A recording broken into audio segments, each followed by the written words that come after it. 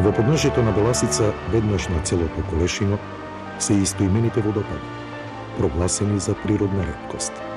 А од неодамно и со минимална инфраструктура за попријатно и побезбедно човек да се чувствува во аторот на овој Божи дар.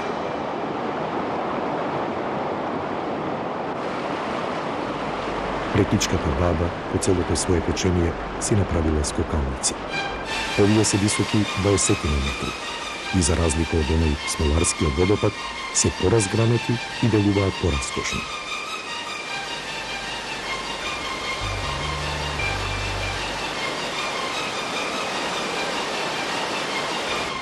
Северните делови на планинава пливаат во води, не во толку големи и значајни реки, туку во издашни извори кои удолу туркаат силни потоци, особено на пролет.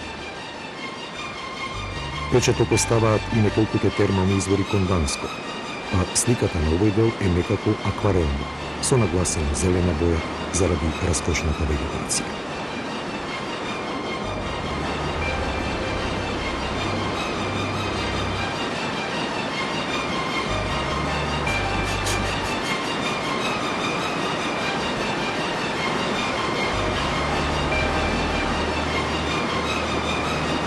Во проценти, 35% од просторите на Беласица се во Македонија, 20% во Бугарија, а речиси половина во Грција. Таа има вулканско потекло, што е впечатливо и без некое поголемо знаење.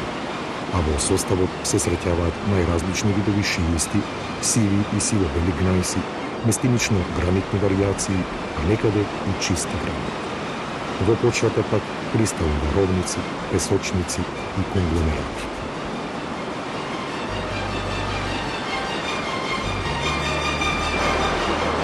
Доаѓаат овде во последно време се повеќе и повеќе намерници.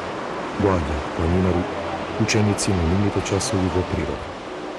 Но водопадиве станаа и постојан тренинг центар. Еве ги членовите на професионалната служба за спасување.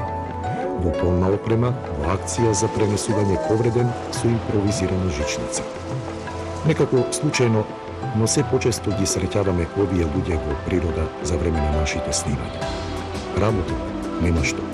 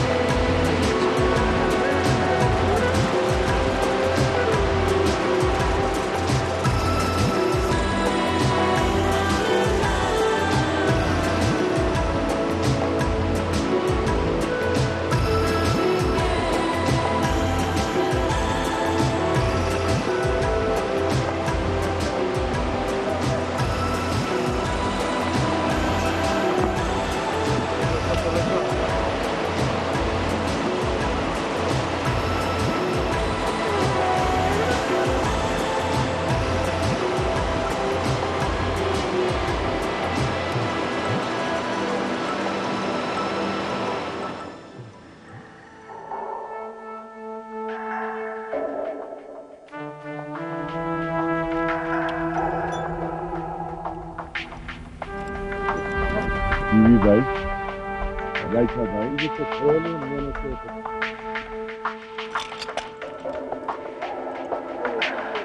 Рековме, во оваа пригода повеќе ќе не интересираат водите на Беласица, отколку самиот планински масив. Па продолжуваме да се движиме по незиното подножје.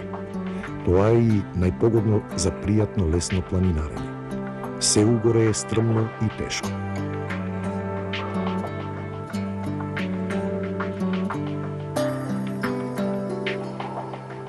Новата дестинација, просторот каде што римјаните оставиле видливи и мощни впечатливи траги од својата култура на живење.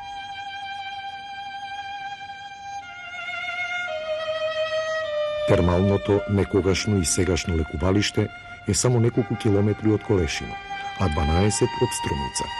Vodите čija toplina stasува i do 72 stepena se od термоминералниот извор парило.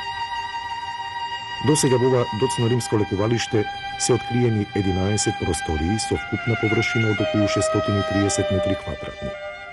Најзачуван дел е сауната со еден крстовиден и еден полукружен свод, како и фригидариумот, просторијата со студена вода, денес речиси со негибната полукупола над големата када. Во сите делови од Бањава на подот ништо не му недостасува, а граден е од тули и од малтер. Остана негибнат и комплетниот систем на подно и надзидно затоплување, а доводните и одводните канали се уште си ја задржале функцијата, а толку векови натежнале над оваа бања. Неверојатно. Археолозите констатирале 3 фази во низината градба и со сигурност тврдат дека тоа се случувало во 3-тиот и во 4-тиот век. Новото бањско лекувалиште го носи името на човекот толку поврзан со крајот и со планината над него, царот Самуил.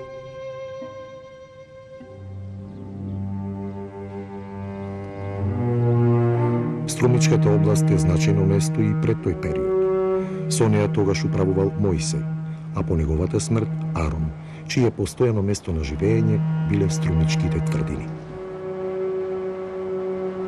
Низ селото Смоларе се провира реката Ломница. Вакви нешто помали водотеци на оваа северна страна има многу. Особено се силни во времето на топењето на снегот. Масивот има сосема едноставна линија на простирање, со изразито централно било, кое и северно и јужно се спушта преку стрмни падини, некаде со шумски состојини, а некаде сосема голи. Значи правецот на протегање е исток-запад. Водотекот не води право до највисокиот, најмоќниот водопад Смоларскиот. Висок е 30 на метри и представува вистинска природна реткост. Дивата убавина сега му е малку скротена со изградбата на пристапните патеки, заштитните огради и мостови. Ама се си е така стокнено да не одскокнува од природниот амбиент. Во последно време се почести се странските донации за уредување на атрактивните природни богатства кај нас. Светот е гладен за нив. Дури луѓето таму градат вештачки брда и долини, водопади. А кај нас Господ истурал, па се некако тече, протекува. Каква питомина создадена од суровост, негибнатост, од девственост.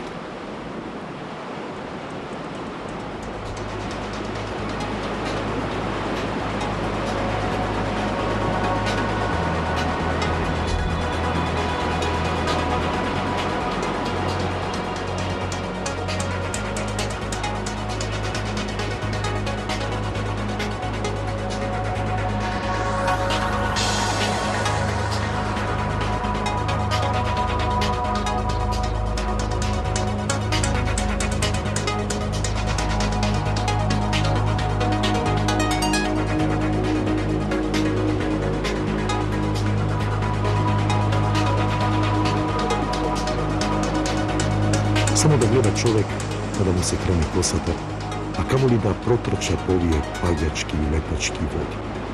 Кањонигот е веќе хит кај младите генерации, врвна префината рекреација, иако ја викаат и спорт. Зашто нема спорт ако нема надпревар меѓу учесниците?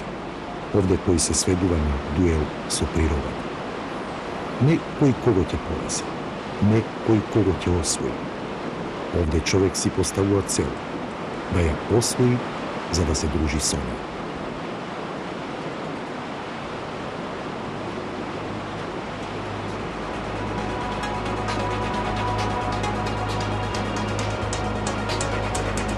Низ што се човек треба да помине, да научи, а да се дозволи вакво задоволство. Има и така. Ова се нашите постојани придружници во природата, спелеолозите на пеони. Тие се најчести гости на Колешинските и на Смоларските водопади. Ама неретко се и онаму во изворишниот дел на Ресонечка река, на преубавите слапови. Изгледа дека од време на време на спелеолозите им збогписува провирањето под земја и им недостасува една ваква игра, што не може таму да си ја дозволи. Како и да е, Во регионот ова е една од повеќето вистински туристички понуди.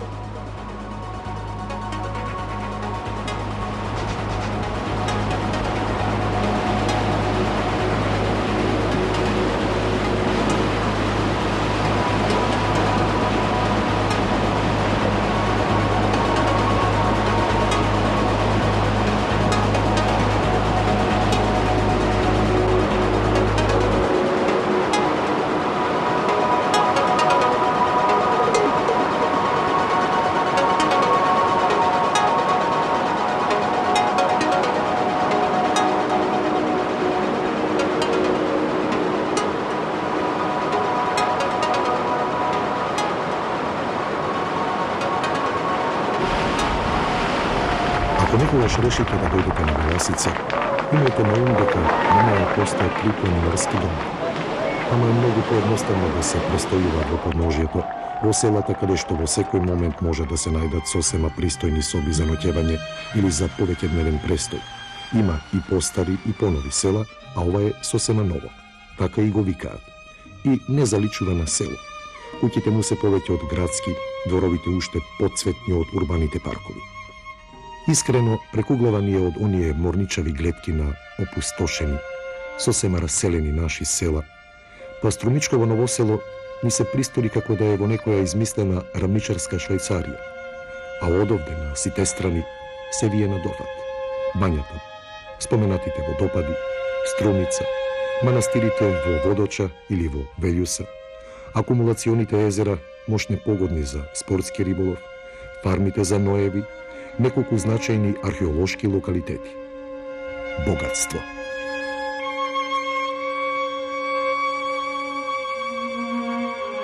Ене го Струмичкото кале. Цареви кули го викаат. Ниту моќниот Василий II и покрај извојуваната победа над Самуил не успеал да го освои. Надморската височина му е на 445 метри и од него се гледа целата Струмичка котлина. Од птичја перспектива, погледите стасуваат и до средновековната црква на локалитетот Светите 15 ивериополски маченици. Декоративната концепција на мозаиците во градбава зборуваат за континуитетот на уметничкиот израз во доцната антика во овој град и околината. Култот кон светиите е сочуван до ден денешен, иако нивното прво споменување е од крајот на 10 век во Охридското глаголско евангелие. Се споменуваат ивериополските маченици Тимотеј, Комасий, Евсевиј, Теодор. Тие бегајки од прогоните на христијаните за време на владењето на царот Јулијан Апостата, стасале од Никеја во Солун, а потоа во Ивериопол. По откривањето биле мачени до смрт, а погребани надвор од градот меѓу другите христијани. Централната гробница и другите 16 се изградени врз постар храм, ранохристијанска базилика со богата декорација на подот во мозаик. Во мотивите е застапен и крстот, кој јасно зборува дека се работи за христијански објекти. Поновата црква е изградена веднаш до старата. Во централниот дел на наосот се наоѓа голема засводена гробница, на чиј заден калкан е наслика на заедничкиот портрет на 15 маченици. Овој фрескоживопис спаѓа во редот на најстарите во земјава. Струмичани денес светите 15 ги слават на 11 декември, а само да подсетиме дека во првата половина на 9 век, како словенски управител на Струмичката област, бил назначен византискиот царски намесник Методий. Во неговото житие се вели дека тој заедно со братот Константин Кирил го проповедал христијанството и покрстил многу словени. Дури и името Климентово е запишено како епископ Ивериополски. Може би токму на овие простори е создадена и словенската азбука.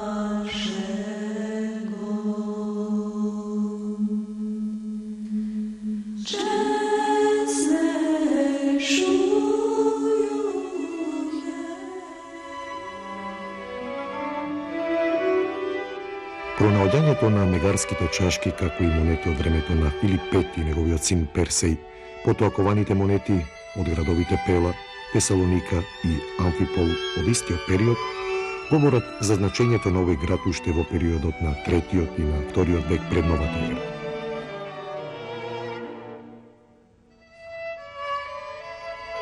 Истоrijskите извори и материјалните остатоци од праисторијата преку античкиот период и византиската епоха, па се до доцниот среден век, укажуваат на град со изобилство споменици.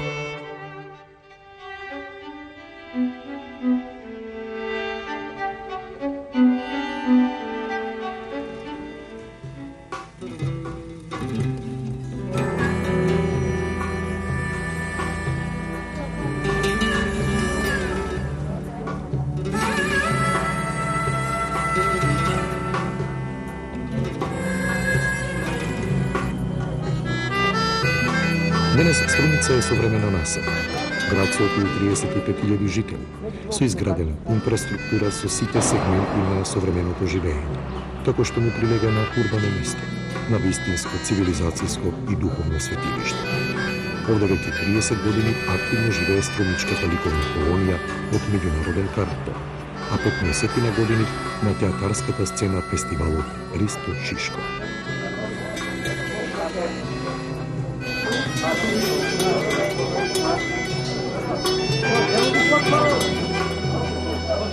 Уште 1671 година овде карневалот го видел и патописецот Челебија. Карневалот со кој Струмица стана дел од Интернационалното здружение на карневалските градови.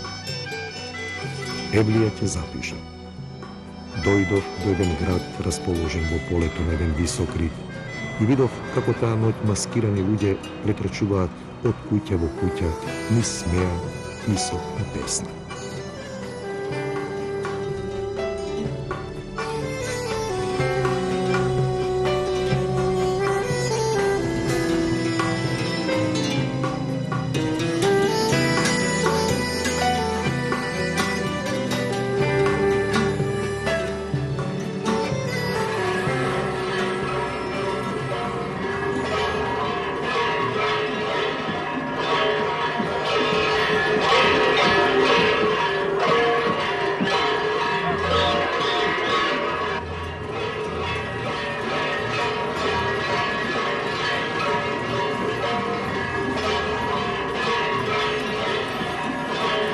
Оваа културно-фолклорна манифестација традиционално се одржува на почетокот на Велигденскиот пост во тримерските дени.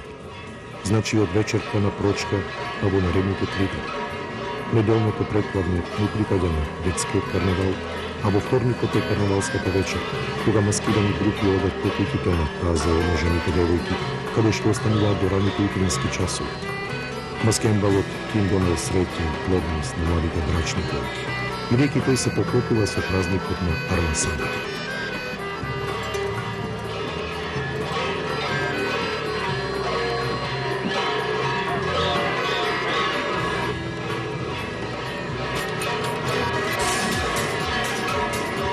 Во многу градови во Македонија серенадата како настава, како форма за искажување љубов или симпатија кон девојката, се уште обстојува под некои чарбоци, прозорци, по некои сокаци. Струмица си има такво нешто.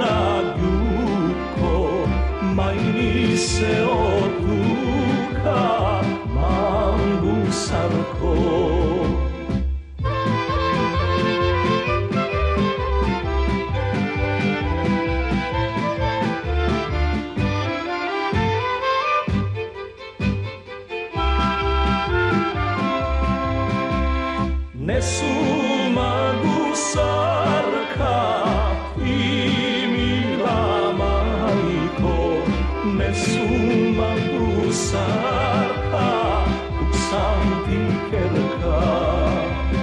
Kak se pregrnale, majka mi kerka, kak se pregrnale i duša dale.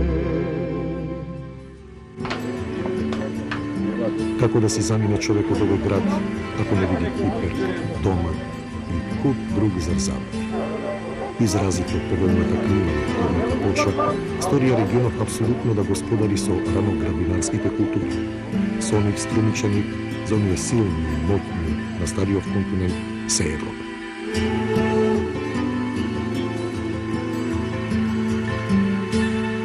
Се оддалечуваме од Струмица само 4 километри за да стасаме до некогашното село Милно. Според многу историчари, така се викало се до моментот кога во клисурата на реката Водочница крај селото извршено ослепувањето на Самуиловите војници. Излегува дека имињата и на селото и на реката се изведени од синтагмата «Бади очи». Свидовица било именувано по тоа што сите жени останале вдовици. Робово заради мноштвото луѓе испратени во робство, а Колешино поради големиот колеш. Манастирскиот комплекс Свети Леонти има 3 цркви – источна, западна и средна, и 3 фази на градење и живописување. Од ранохристијанскиот период се зачувани темелни партии од базиликата, а подоцна била подигната источната, трикорабна купола и епископската црква. Како епископска се споменува во повелбите на Василий II од 1018 година по падот на Самуиловото царство.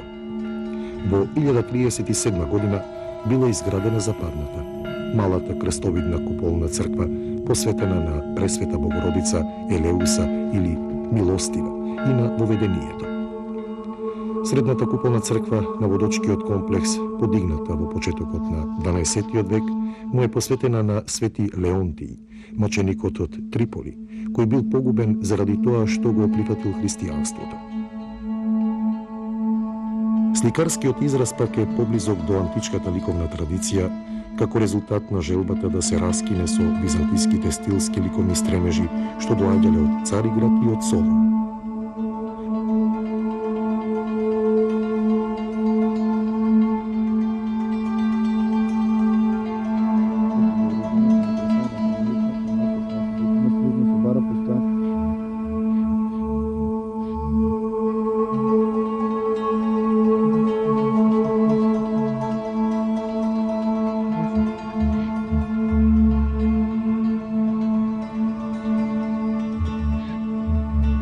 Неколку километри западно од Водоча е селото Велјуса, а во него и средновековната црква од византискиот период Света Богородица Милостива или Елеуса. Посветена му е на денот Воведение на Пресвета Богородица. Овој свет храм има значајно место во црковната и во културната историја на овој дел од Македонија. Во зачуваните записи, што уште за време на Првата светска војна отпатуваа во Софискиот археолошки музеј, стои дека неа ја подигнал монахот Мануил во 1080 година. Тој станува подоцна и струмички епископ, а го пишува и манастирскиот типик, во кој зборува за манастирскиот комплекс.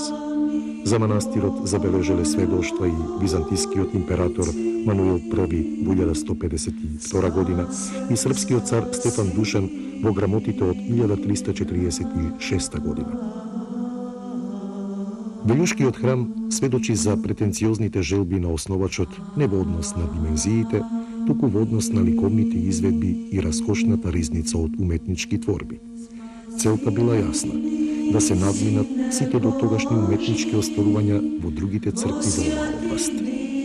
Денес овде живее монашко сестринско, кое безпрекорно прецизно се движи по линијата на духовните активности што од секогаш се случувале во овој милостив дом.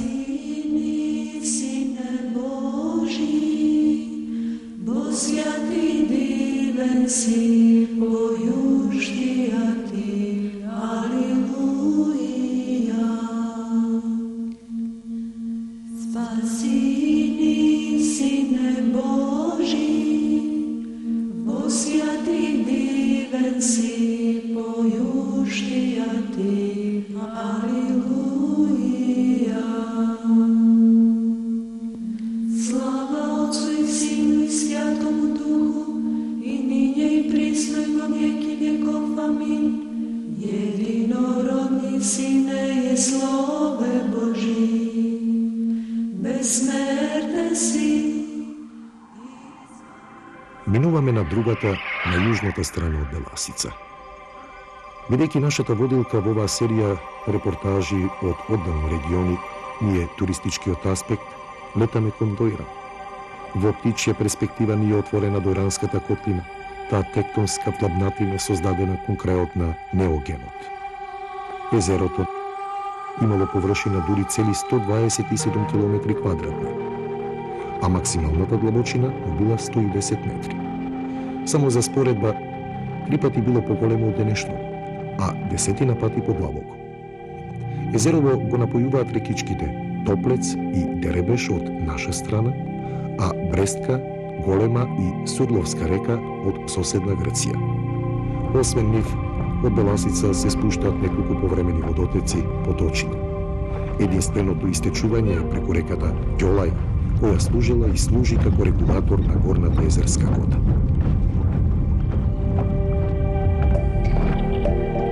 Огромно богатство е присуството на фито и зоопланктонот, со што е најбогато во Европа, а најзастапени се зелените и синозелените алги. Тогаш нема проблем за прехранувањето на 16 видови риби, зашто се бројни и ситните организми во крајбрежниот каулив дел, особено и школките прлина. Има и водни желки, неколку видови змеи и многу птици. Дивата гуска например, патки, лиски, пајки, галеби, шакли, муркачите кокалки и помошниците рибари кормораните, кои дојранчани си ги викаат гаро и ачко. А рибарењето е овде стар занает, колку што е старо езерото. Најкарактеристично е она со мандрите и со помош на птиците, па дојранската трпеза не може да се замисли без риба на 300 начини. Ние решивме да пробаме од традиционалниот специјалитет црвеноперка на трска. И тоа на колиба, како што е редот. Вака може да се приготви и сом, краб, костреш или линјак.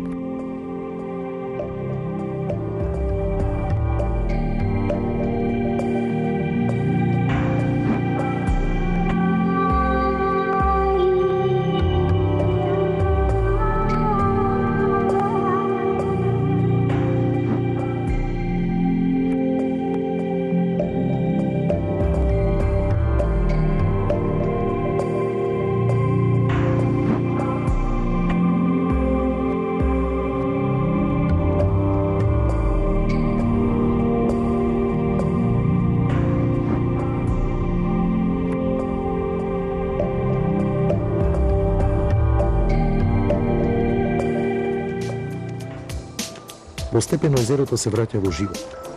Тоа ќе се случи сигурно и со рибниот фонд и овие води повторно ќе бидат најгусто населената оаза во Европа. Долго оспоруваниот проект Ѓавачко поле профункционира, а местото каде што се клеваат свежите води во езерото стана убаво катче за прошетки за престој. Цели 10 години натегање околу спасот на овој наш мал убавец, 10 години некаква политика. И токму во тој период, кога се чини на овие простори им дошол крајот, се најде еден човек што веруваше во некакво подобро утро. Благоја и Ставто, оној Горостас, што не даваше ни рибче, а камоли фудбалска топка да влезе во неговата мрежа, започна да гради. Депонијата пред влезот во Нов Дојран се претвори во прекрасен фудбалски терен. Стадиот стана персиски тепих не само за игра, не само за обук. Да си ги донесе човек внучињата овде да му убави. Па вистинска спортска сала, кабина, теретана, хотел, базен, центар како што Дојран не сонува. Не случајно во него веќе многу одамна на подготовки доаѓале и доаѓаат половина спортски екипи од сите поранешни југословенски простори. Браво, мајсторе! Не само што покажа како се бранат пенали во Беласица, победа,